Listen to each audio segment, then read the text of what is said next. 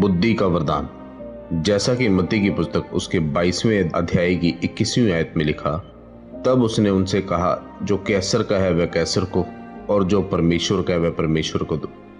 मेरे प्रिय, प्रभु यीशु मसीह को फंसाने के लिए फरीसी और सदूकी लोग उसके पास आए और बोले कि अच्छा यीशु मसीह जी, हमें कर देना चाहिए या नहीं।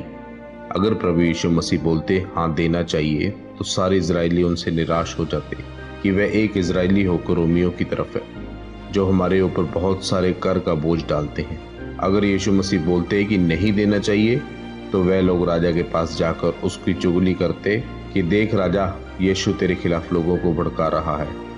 पर यीशु मसीह ने कहा कि एक सिक्का मुझे दो। तब उन्होंने सिक्का यीशु मसीह को दिया। यीशु मसीह ने कहा कि सिक्के के ऊपर किसकी मूर्त है? उन्होंने कहा कि कैसे राजा की। तब यीशु मसीह ने कहा कि जो राजा का है वह राजा को दो, और जो परमेश्वर का है वह परमेश्वर को दो। यह बुद्धि का वरदान था। तब फिर यीशु मसीह ने उनको फंसाया और पूछा कि अब तुम बताओ कि यूहन्ना का बपतिस्मा किसकी ओर से था?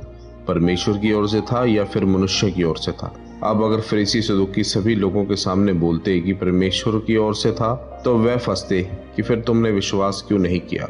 अगर वह कहते कि परमेश्वर की ओर से नहीं था, तो यह तब भी फंसते क्योंकि लोग उनके खिलाफ हो जाते, क्योंकि लोग जानते थे कि यूहन्ना प्रभु की ओर से था। इसको बुद्धि का वरदान कहते हैं। याद रखें, लोग आपको फंसाने के लिए आएंगे। अगर आपके अंदर बुद्धि का वरदान होगा तो आप फंसेंगे नहीं, बल्कि आप उनको फंसाने वाले होंगे। बाइबल बताती है कि दानियल के अंदर बुद्धि का वरदान था। जब बेलशस्सर राजा ने यहोवा के भवन के बर्तनों में नशा किया, तो उसके सामने एक हाथ प्रकट हुआ, और उस हाथ ने दीवार के ऊपर कुछ लिखा जो राजा समझ नहीं पाया। तब राजा ने ज्योतिषियों, तंत्रियों, कसदियों को बुलाया, पर कोई भी उसका अर्थ ना बता पाया।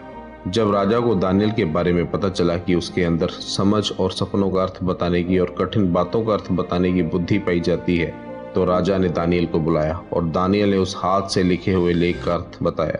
तब राजा ने दानियल को बैंजनी रंग का वस्त्र पहनाया और उसके गले में सोने की कंठमाला पहनाई गई और उसको ऊंची पदवी पर बिठाया। इसलिए मेरे प्रियो, जब आपके अंदर बुद्धि का वरदान होगा तो आप कठिन बातों को समझ सकेंगे। जब लोग आपको अपनी बातों में फंसाने के लिए आएंगे, तो आप उनकी बातों में नहीं आएंगे।